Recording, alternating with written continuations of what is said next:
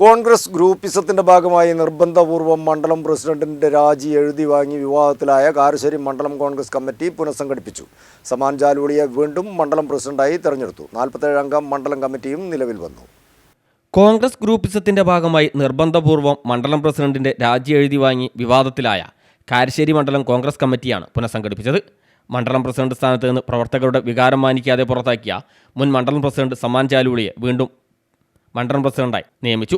മണ്ഡലം കമ്മിറ്റി ഓഫീസിൽ നിന്ന് മുൻ KPC സെക്രട്ടറി NK അബ്ദുറഹ്മാൻ കസാര എടുത്തു കൊണ്ടുപോകുന്നത് തടഞ്ഞതിനെ തുടർന്നുണ്ടായ പ്രശ്നത്തിന്റെ ഭാഗമായി മണ്ഡലം പ്രസിഡന്റായ സമാന്റെ രാജി DCC നിർബന്ധപൂർവ്വം വാങ്ങുകയായിരുന്നു.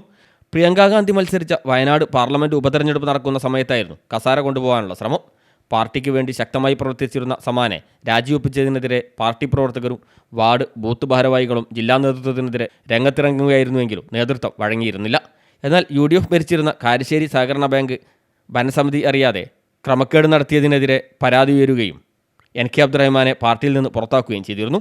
പാർട്ടിയെ നയിക്കാൻ സമാൻ തന്നെ വേണമെന്ന പാർട്ടി പ്രവർത്തകരുടെ ആവശ്യവും പാർട്ടിയെ ദുർബലപ്പെടുത്തുന്നത് ആരായിരുന്നുവെന്ന തിരിച്ചറിവും മൂലം കോൺഗ്രസ് ജില്ലാ നേതൃത്വത്തിന് മുൻ നിലപാട് മാറ്റി പ്രസിഡന്റ് പദവി സമാന് തിരിച്ചു നൽകേണ്ടി വന്നിരിക്കുകയാണ്. മണ്ഡലം കമ്മിറ്റി പൂർണ്ണമായി അഴിച്ചു പണിതിട്ടുണ്ട്. 47 അംഗ ജംബോ കമ്മിറ്റിയിൽ 7 വൈസ് പ്രസിഡന്റുമാരും 22 ജനറൽ സെക്രട്ടറിമാരും 16 എക്സിക്യൂട്ടീവ് അംഗങ്ങളും പ്രസിഡന്റിനെയും ട്രഷററെയും കൂടാതെ ഉണ്ട്. Fazal Babu, news bureau, Mukkam.